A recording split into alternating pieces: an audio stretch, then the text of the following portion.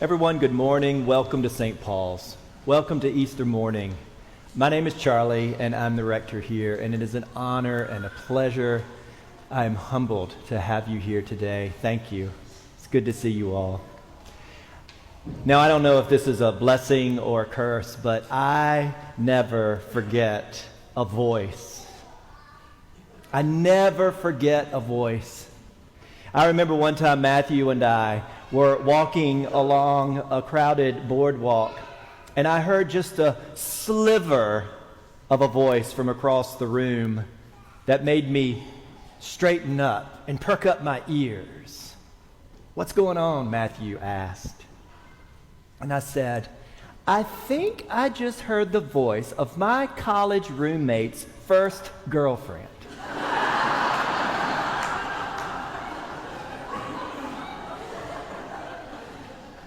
Knowing this might cause some embarrassment, Matthew said, keep walking. It was her. Similarly, I was giving a talk at a nearby academic institution, and in the audience was one of my professors from seminary, 1996, right? That's the last time we laid eyes on each other. And afterwards, she came up to me and she said, "You know, I did not know that was you until I heard your voice. Then I knew exactly who you were." Our voices are like fingerprints. Our voices are like fingerprints, and they are all different and determined by many different things. They're determined by the shape of our heads, or the placement of our vocal cords, our larynx, our throats, our mouths. Our heads are reverberation chambers. Our voices are affected by where we grow up, where we live. No one has a voice like yours.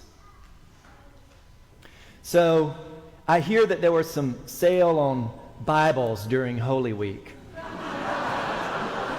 Maybe you've brushed up on Scripture. Because today, our story is all about the voice. The voice. That's what we're going to talk about on this particular Easter morning. Mary is in the garden. She's looking for her Lord. Where is he? Where is he? Someone has taken him. And she runs into a guy, and she assumes the guy to be a gardener. "If you know where he is," she asks, "please tell me so that I can go and find him." And then this gardener speaks. He speaks, and all is revealed. Now, the voice plays a big part in the Gospel of John. Jesus speaking, his voice, it's important. Jesus calls his disciples by naming them. And then there's that story of the man born blind who hears the voice of Jesus and asks to be healed. And the story of Jesus being the good shepherd of the sheep, right? The sheep hear the sound of his voice and they follow.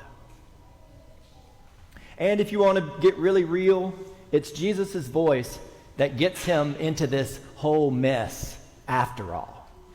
You see, in John's gospel, there's one thing that Jesus does that really ticks off the religious leaders and puts them over the edge. There's one act that Jesus does that really is the last straw. And that is when Jesus raises Lazarus from the grave. And how does Jesus raise Lazarus from the grave? Jesus calls him. Jesus calls him by name, Lazarus. "Lazarus, come out. Unbind him. Let him go." So there are connections. There are connections between that story of Lazarus and the story that we hear today from proud Mary Magdalene, the one that takes place in this lovely garden. Mary of Magdala has been following Jesus, all of Jesus' ministry, And she was even there with his mother at the foot of the cross when he was killed. Mary Magdalene. She's not this wayward woman that culture has colored her to be. There's nothing in Scripture that supports that myth. No, instead, Mary is faithful. And as she has always done, she wants to be near her Lord, her friend. And so you can imagine her fear when she shows up that first morning and cannot find him. What's she going to do? She'll be lost again. Where is her life without Jesus? But she doesn't have to worry long. Mary, Jesus says. Mary. Mary, Jesus names her. Mary, Jesus calls her. Mary, Jesus uses his voice. And resurrection happens. And that's why we're here today. All of you looking fabulous, dressed up, ready to roll with these Easter egg hunts. It's about all of that, but it's about the resurrection. It's the resurrection that has drawn us all here today. We come to look at resurrection and see and feel and hear the role that resurrection plays in our everyday faith and life. Not just in the world to come, but now. What does it mean for us now? And Mary gives us a lot of clues. One preacher says this about what Easter and resurrection is all about. He says, Easter does not return Mary and Jesus to the past. Easter does not return us to the past. Easter opens up a new future. And this is what today is all about. And this is what we as the church are about. And this is what we as St. Paul's are about. Calling forth a new future. At St. Paul's, we call forth a new future by focusing our efforts on being present to those who are sick and suffering and sad.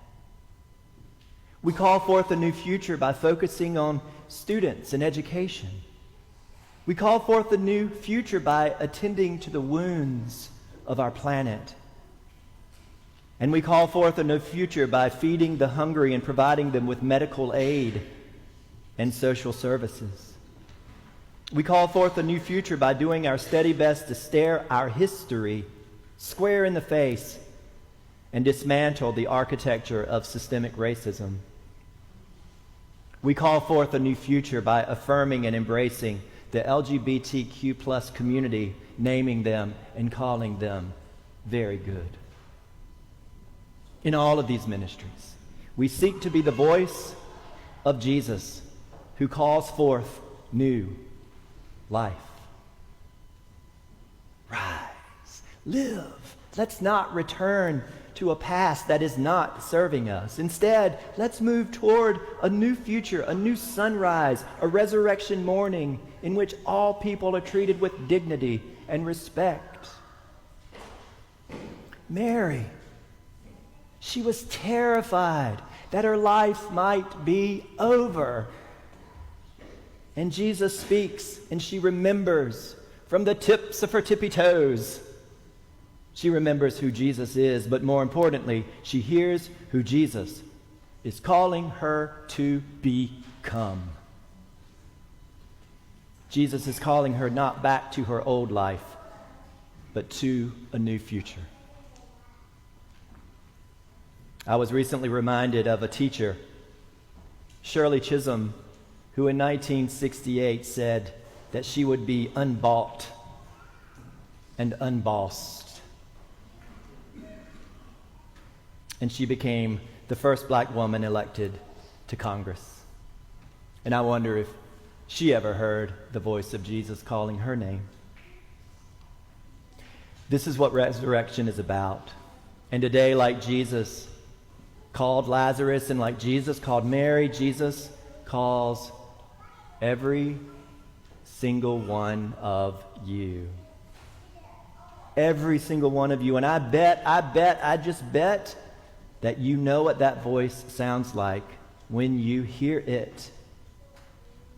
Because I bet it speaks into your soul. And you'll know it's the voice of Jesus because it will always be calling you to newness, to a fresh start, and to leave the tomb behind. On that early morning when Mary Magdalene went to the tomb, she went maybe an invisible, voiceless, overlooked woman in first century ancient Israel. But after hearing the voice of Jesus, guess what? In naming her, she becomes a disciple, raised to the level of discipleship. Mary, he says. Mary. Today, Mary's life is changed as Jesus calls forth hope, a new call, a new future. Jesus did not forget Mary. Jesus hasn't forgotten you. In fact, Jesus is always tuning in to those, especially who think they have lost their voice. Can you hear him calling your name?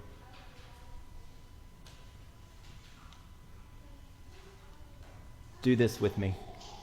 Give voice to your name. Right now, let's say it 3 times. Ready? Charlie. Charlie. Charlie. Do it again. Charlie. Charlie. Charlie. Jesus had vocal cords. He had a larynx. He had a throat. But I don't think Jesus uses those things anymore. But he still calls us. And some days we say yes, and some days we're like, I don't know about that. But Jesus is calling. So today I pray that you hear the sound of Jesus' voice in song and in trumpet and flower and in fanfare, maybe in prayer or in quiet, in bread and wine, in friends and family, and maybe even through tears.